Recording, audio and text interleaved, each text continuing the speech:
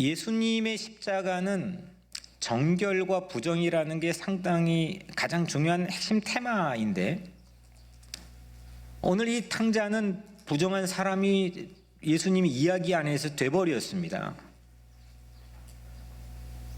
그거를 벗어날 수 있는 방법 자체가 없습니다. 아버지의 인륜도 거부했던 비도덕적인 사람이고, 경제적인 매니지도 못했던 무능력한 사람이고, 여기까지는 좋은데 실제 가장 치명적인 거는 그는 부정한 사람이 되어버렸습니다. 하루는 너무 배가 고파서 이제 돼지치는 그 구정물통에 있는 돼지밥, 쥐염열매, 성지순례 가신 분들 쥐염열매 약간씩 먹어봤죠? 예.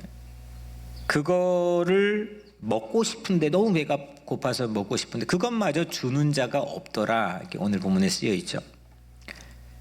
그 순간 이 친구가 정신을 번쩍 차립니다. 바로 그 자리에서.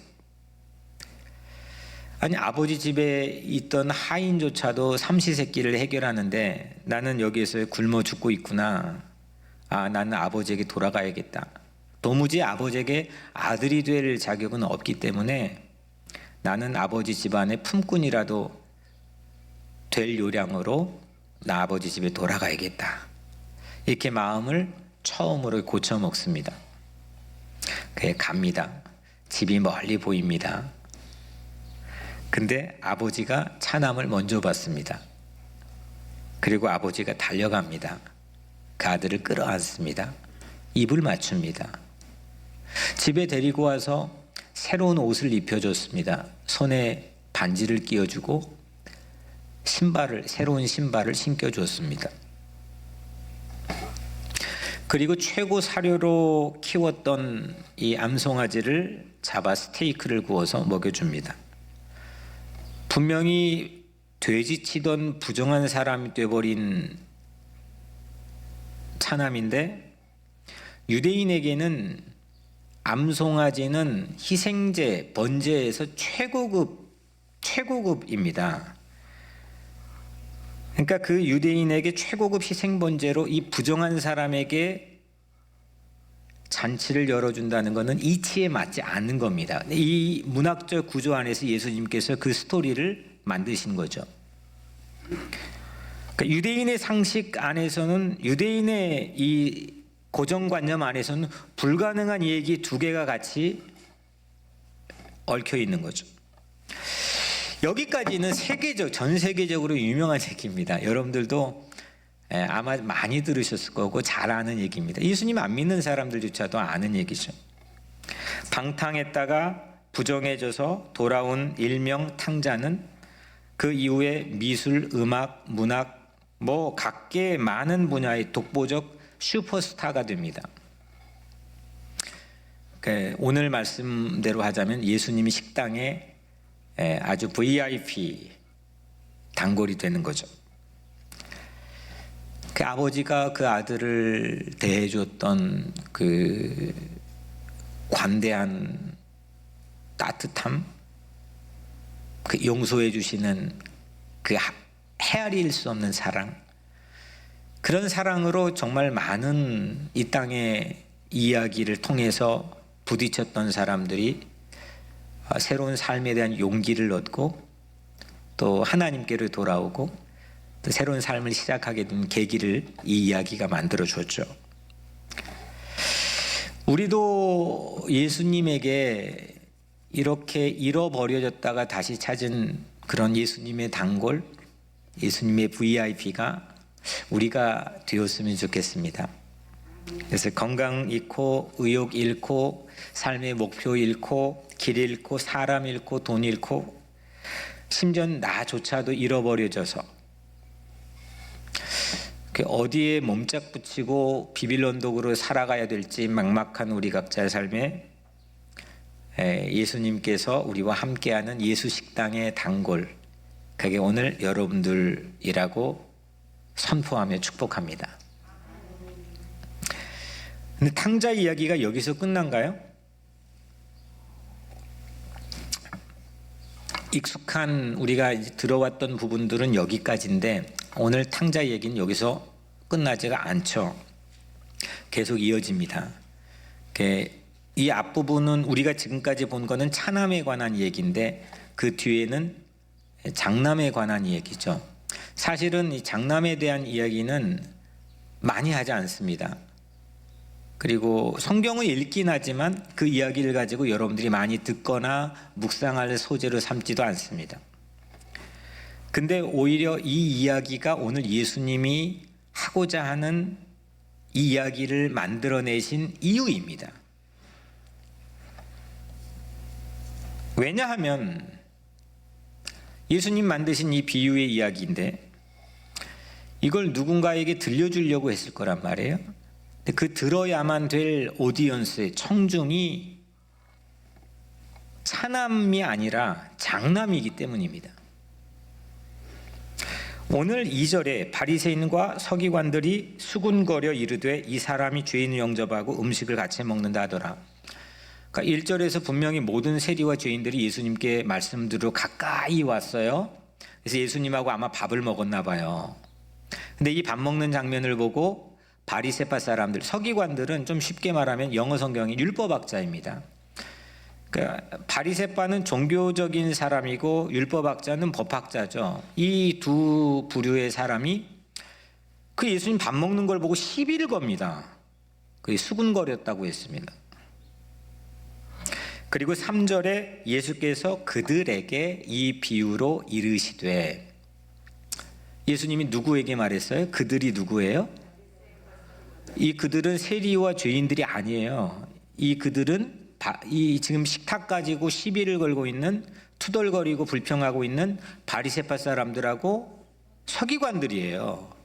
그러니까 이 비유의 잃은 양 비유, 그 다음에 잃은 드라크마 비유, 잃은 탕자의 비유, 이 세 가지 연달아 숨도 안 고르고 지금 예수님 하신 이 이야기는 세리와 죄인들, 그러니까 탕자들이라고 한 얘기가 아니고 큰아들, 이 장남이 들어야 될 얘기로 하고 있는 거죠. 그러니까 오늘 24절까지 차남에 관한 이 너무 감동적인 이 진짜 드라마 같은 이야기를 읽는 걸 넘어서서 장남에 관한 이야기까지 우리는 분명히 끌고 가야 되는 거죠. 여튼 이 그들, 바리새인과 서기관들을 빗대고 있는 사람이 누구죠? 장남, 큰아들입니다. 그 이야기를 좀 잠깐 또 해보면 탕자를 위해서 잔치가 벌어졌죠. 그때 하필 오늘 본문에 보니까 장남이 그 자리 현장에 있었습니까? 없었습니까? 없었어요. 밭에 나갔다 했어요. 밭에 일하고 있었나 보죠. 이제 자기 일 다 끝내고 집으로 돌아옵니다. 집에 이렇게 가까이 오니까 소리가 들려요. 풍류와 춤추는 소리를 듣습니다. 이게 뭐지? 예고 없던 일이잖아. 하인을 불러서 자초지종을 물었습니다. 당신 동생이 돌아와서 지금 아버지가 정말 큰 성대한 잔치를 베풀고 있어. 이렇게 대답을 해주는 거죠. 그래서 이 상황을 아빠가 알았나 봐요. 아빠가 밖에 나왔어요. 그래서 아빠가 달랬어요. 달랬으면 기회잖아요. 그냥 마지못해 그래요 하고 따라가면 되는 건데 이 큰아들이 어떻게 했어요? 도리어 아빠를 훈계합니다. 제가 읽어볼게요. 29절 30절 내가 여러 해 아버지를 섬겨 명을 어김이 없거늘 내게는 염소 새끼라도 주어 나와 내 벗으로 즐기게 하신 일이 없더니 아버지의 살림을 갖다가 창녀들과 함께 삼켜버린 이 아들이 돌아오매 이를 위하여 살진 송아지를 잡으셨나이다. 뭐 어떻게 이럴 수 있습니까? 너무 화가 납니다. 뭐 이런 식이겠죠. 아버지 지금 잘못하고 있는 겁니다. 나는 지금 차남보다 이 차남보다 이 분명한 도덕적 우월감이 있는 것도 아버지 아시지 않습니까? 이게 정말 이건 형평성이 맞지 않는 겁니다. 어떻게 이럴 수 있습니까? 이렇게 지금 따지는 거죠. 참 보면 이게 이번에 저도 보니까 명칭도 그 장남의 명칭도 거칠어집니다. 마음이 상하니까 말하는 것도 거칠어진데 보면 아버지가 분명히 네 동생이라 그랬거든요. 네 동생이 이렇게 이렇다가 이렇게 왔다 이제 했는데 장남은 뭐라고 그래요? 이 아들이라고 한다면 이 아들이 돌아오매 이를 위하여 살찐 송아지를 잡으셨나이까? 했단 말이에요. 아니 네 동생이 왔다 했는데 이 아들이라고 하면 뭐예요? 아버지하고 관계가 있는 거지 나랑 관계가 없는 거예요. 이게 이 대상 자체에 대해 바라보는 이게 완전 마음이 확 상해버린 거죠. 아버지가 이렇게 말합니다. 31절 오늘 마지막 32절에 아버지가 이르되 예 너는 항상 나와 함께 있으니 네 것이 다 내 것이로되 이 내 동생은 죽었다가 살아났으며 내가 잃었다가 얻었기로 우리가 즐거워하고 기뻐하는 것이 마땅하다 하니라. 이게 마땅하다는 거죠. 내 지금 잃었다가 다시 찾았는데 내가 기뻐하고 즐거워하는 게 마땅하지 않냐. 그러니까 역시 아버지의 단골은 잃어버린 탕자인 거죠. 근데 장남은 그 단골에 못마땅한 겁니다. 급기야니 장남이 잔치를 거부했죠. 그래서 나는 보이콧합니다. 이게 잔치 들어갈 수 없습니다. 잔치 보이콧합니다. 그러면 여러분들 좀 더 면밀하게 본문 안에서 왜 잔치를 거부했는지 이유를 한번 찾아볼까요? 뭐 대충 짐작은 두리뭉실하게 여러분들이 감은 잡고 있겠지만 그게 정확한지 한번 봅시다. 왜 이 작자가 이 형이 이 동생을 두고 지금 집안 잔치가 벌어진 걸 보이콧했을까요? 먼저 첫 번째 돈 때문입니다. 12절에 오늘 이야기의 이제 처음 시작이죠. 12절에 아버지가 그 살림을 각각 나누어 주었더니, 그러니까 이 정황은 동생이 나 유산 미리 줘요 할 때 아버지가 답이거든요. 아버지 반응인데 아버지가 그 살림을 어떻게 했어요? 각각, 그러니까 동생에게만 준 게 아니고 형에게도 준 거예요. 그러니까 차남의 유산 요청을 통해서 아버지는 재산을 두 아들 몫으로 각각 나누었습니다. 그러면 형도 유산 받았어요? 안 받았어요? 받았단 말이에요. 그러니까 아버지도 오늘 막판이 이야기에서 이를 증명해 줍니다. 31절에 내 것이 다 네 것이로되 했단 말이에요. 그러니까 아버지 것이 다 지금 장난감. 왜냐하면 이게 반절을 떼가지고 줬기 때문에 차남은 다 가지고 이제 뭐 쓰든 안 쓰든 이미 줬고 지금 남겨진 모든 재산은 누구 거예요? 장남 거예요. 근데 여러분들이 이게 화근입니다. 이 우리에게도 적용되는 많은 경우가 있는데 이게 화근이에요. 왜냐? 지금 동생이 왔어요. 잔치가 벌어졌어요. 막 잔치가 벌어졌는데 그 잔치 비용이 누구 재산으로 나가요? 장남 재산으로 나가는 거예요. 아니 이 장남이 계산을 두드려 보니까 잔치 비용이 자기 걸로 지출되는 거예요. 아니 거기까지는 좋아요. 그러면 이후에 차남이 이제 같은 집에 살 거예요. 뭐 거지잖아요. 같은 집에 사서 밥 먹고 옷 입고 뭐 다 할 거란 말이에요. 그러면서 차남이 쓰는 비용 누구 걸로 쓰겠어요? 장남 걸로 쓰는 거죠. 모두 다 장남 비용, 아니 장남 재산이 축나는 겁니다. 이게 오늘 이 말씀 안에서 이 바리새파 사람들과 율법학자들이 가지고 있는 의도와 맞물려서 이 결정적 이유입니다. 나의 이익이 손상을 입는다는 겁니다. 그게 돈이건 뭐든 간에 사람은 내 이익이 손상을 입을 때 상당히 불편해하고 언짢아합니다. 두 번째 이유는 우월감입니다. 우월의식. 29절 내가 여러 해 아버지를 섬겨 명을 어김이 없거늘. 아버지, 내가 언제 아버지 말을 법처럼 지켰는데 어긴 적이 있었습니까? 근데 쟤는 모든 재산 갖다가 창기들과 다 허랑방탕하게 다 탕진했습니다. 비교가 되는 겁니까? 도덕적 윤리적 우월감, 이거는 이 장남에게는 이번 한 번 얘기했지만 늘 마음속에 아주 정말 자기를 버티게 만드는 자랑거리입니다. 사두개 서기관들과 바리새파 사람들도 비슷한 맥락에 있는 부류의 사람들이죠. 이것 또한 잔치 거부의 주요 사유입니다. 못 들어가겠습니다. 여튼 본문이 우리에게 공개해주고 있는 두 가지 이유, 이익과 우월, 이게 누군가와 이게 같이 밍글돼서 같이 섞여서 팔로우십을 나누는데 그거는 개인적으로도 마찬가지입니다. 난 못하겠다는 거죠. 내가 손해보는 장사를 왜 하고 내가 채하고 왜 노냐는 겁니다. 이거는 사회 안에서도 결정적으로 우리를 타격하는 매우 중요한 포인트입니다. 예수님은 엄밀히 말해 오늘 이 설교의 패턴으로 말하자면 십자가의 죽으심을 통해 단골 식당을 새로 개업한 거죠.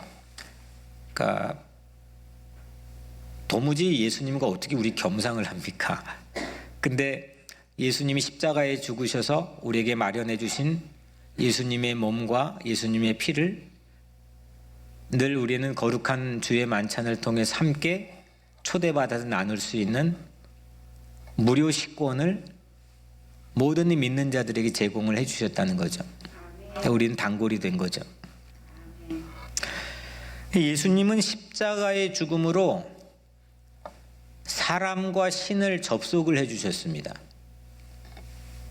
한 목사님의 글 중에서 신과의 접속, 인간이 지상에서 경험할 수 있는 가장 신비한 사건이다.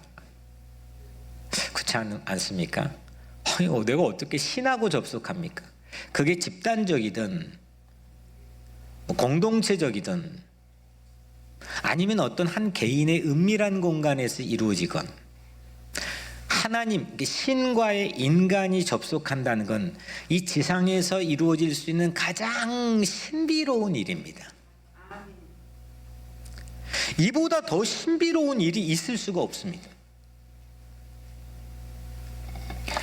근데 우리가 하나님과의 접속하는 사건이 십자가에서 이루어질 뿐만 아니라 그 십자가 안에서는 사람과 사람도 접속을 하죠.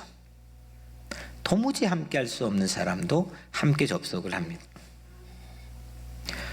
국외자를 깊은 사귐 안으로 끌어들여서 하나님과 화목하게 만들고 천국잔치를 벌이게 되는 일들이 바울 서신을 통해서 계속해 펼쳐지죠. 십자가의 능력이라는 거죠. 십자가는 유대인하고 헬라인도 같이, 종하고 자유인도 같이, 남자와 여자도 도무지 어우러질 수 없는 이들을 하나의 식탁으로, 하나의 자리로 만들어버립니다. 그래서 이방인들조차도 처음 교회 안으로 밀려 들어오게 되는 문이 열리게 된 거죠. 십자가 때문인 거죠. 장남이 좋은 것 같지만 오늘 예수님께서 우리에게 들려주신 이야기에 근거하면 늘 예수님이 하시는 일에 함께 동참할 수 있는 마음이 안 됩니다. 내가 알고 있는 것, 내가 배워왔던 것, 내게 익숙했던 것, 이 율법학자들과 바리새인들 다 있었던 겁니다. 근데 그걸 다 전복하고 뒤집어 엎지 않으면 예수님이 하시는 일에 대한 눈이 떠질 수가 없었던 거죠. 저도 마찬가지고 우리 모두가 마찬가지라는 거. 심지어는 예수님조차도 죽었다가 살아났습니다. 예수님 어디 있지? 무덤에 있습니다. 예수님도 우리 대신에 잃어버린 자리에 섰고 그러다가 다시 3일 만에 다시 찾아졌습니다. 그리고 나서 예수님은 우린 잃어버린 우리 각자 자신을 찾아서 우리를 단골로 삼아주셨습니다. 우리는 그래서 세상 죄를 지고 가는 어린 양 예수 그리스도를 확실하게 믿습니다. 그분이 우리의 길과 진리요 생명이라는 이 놀라운 진리를 확실히 믿습니다. 예수님은 가장 강한 하나님이신데 그보다 강한 게 없는 분이신데 그 하늘 보좌를 다 버리고 이 땅에 가장 천하고 연약한 약한 고리의 모습을 가지고 십자가에 올라 희생양이 되심으로 모든 이 땅의 죄의 사슬과 사망의 사슬과 폭력의 악순환을 끊을 지점을 마련해 줬습니다. 이제는 우리의 선택입니다. 그걸 정말 믿느냐? 확실히 믿느냐? 신뢰하느냐? 그 지점에 함께서 주님의 일을 같이 동참할 의향이 있느냐? 우리는 물어야 됩니다. 팬데믹의 상황에서, 분노가 난무하는 세상에서, 화가 나는 세상에서, 끄떡하면 모든 상황 자체가 시험이 들 만한 개연성이 있는 상황에서 나는 정말 단골인가? 예수님에게 단골인가? 그리고 이 시대의 교회, 우리 교회의 단골은 누구여야 되는가? 이른 자, 작은 자, 그들이 예수님의 단골입니다.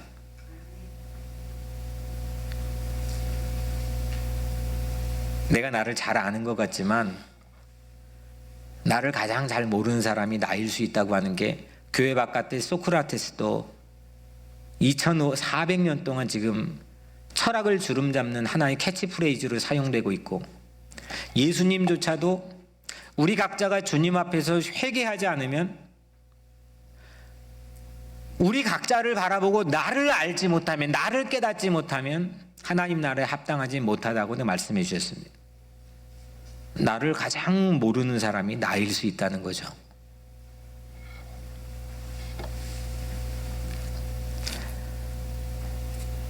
이렇게 잃어버린 자, 작은 자를 VIP로 모실 수 있는 그런 교회가 예수님의 교회가 되려면 내가 먼저 탕자임을 깨달아야 되는 겸손함이 필요하다는 거죠. 내가 약한 것을 알고 내가 잃어버려졌던 존재라는 걸 알고, 그때 교회는 모든 사람들을, 모든 이웃들을 주님의 단골인 탕자, 작은 자들로 삼고 섬길 수 있게 된다는 겁니다. 거기에 행복이 있다는 거죠. 교회의 십자가는 그런 표지입니다. 뉴욕 우리 교회가 예수님의 단골 식당이 되었으면 좋겠습니다. 증오와 질투가 아닌, 이익과 우월이 아닌 사랑과 공의로 예수님의 단골 식당이 뉴욕 우리 교회가 되었으면 좋겠습니다. 오늘 뉴욕 우리 교회 사회에서 백신 접종하지 못하는 교회 밖 이웃들을 초대했습니다. 이것도 단골 식당의 하나의 기회가 아닐까요? 제가 참 이게 과정 안에서 가슴 아팠던, 이게 얘기할까 말까 고민했지만 이 기회를 함께 공유받은 어떤 큰 교회가 있는데, 어떤 교회 바깥에 있는 사람들이 전화를 했대요. 나도 백신을 못 맞으니까 꼭 맞고 싶다고. 근데 우리 교회 교인이 아니면 안 된다는 거죠. 비단 그 교회만 그럴까요? 우리 의식 안에는 그런 게 없을까요?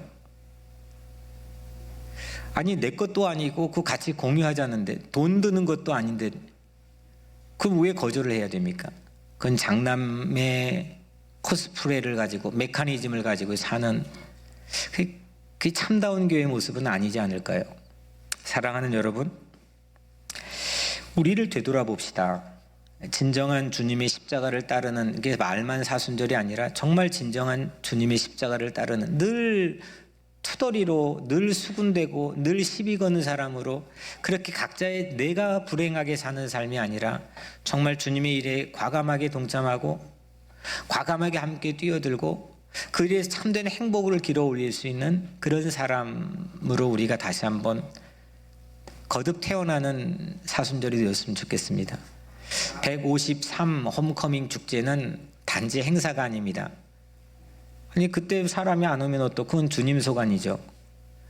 이 기간 동안 이렇게 우리의 죽었던, 무너졌던 진정한 스피릿, 이 찬함을 통해서 예수님께 단골 삼아주시는 이 새로운 살리는 스피릿이 내 안에서 회복되는 기간이 홈커밍 축제에 담긴 진정한 의미입니다. 먼저 내가 예수님 식당의 단골로 업그레이드 리스트에 올리는 기간으로 삼읍시다. 내가 그냥 주변에서 빙빙 맴돌았다면 주님, 나 주님 단골 되기를 원합니다. 주님 초대해 주셨는데 그건 내가 거절했습니다. 주님, 나를 리스트 업그레이드 해 주십시오. 탕자 같은 내가 주님 앞에 돌아올 수 있는 그런 계기가 되었으면 좋겠습니다. 또 내 주변에 VIP, 예수님 단골로 삼고자 하는 예수님의 귀빈들, 그들을 주님의 식당으로 초대하는데 우리가 최선을 다했으면 좋겠습니다. 홈커밍은 그래서 축제, 잔치, 페스티벌입니다. 이 VIP의 비전을 가지고 이 땅에 우리처럼 잃어버린 존재를 위해 함께 기도하고 그들을 위해 중보하고 그들을 주님 앞으로 초대할 수 있는 그런 사랑이 회복되는 그런 기간이 여러분들의 삶 안에 있게 되기를 주님의 이름으로 간절히 축원합니다.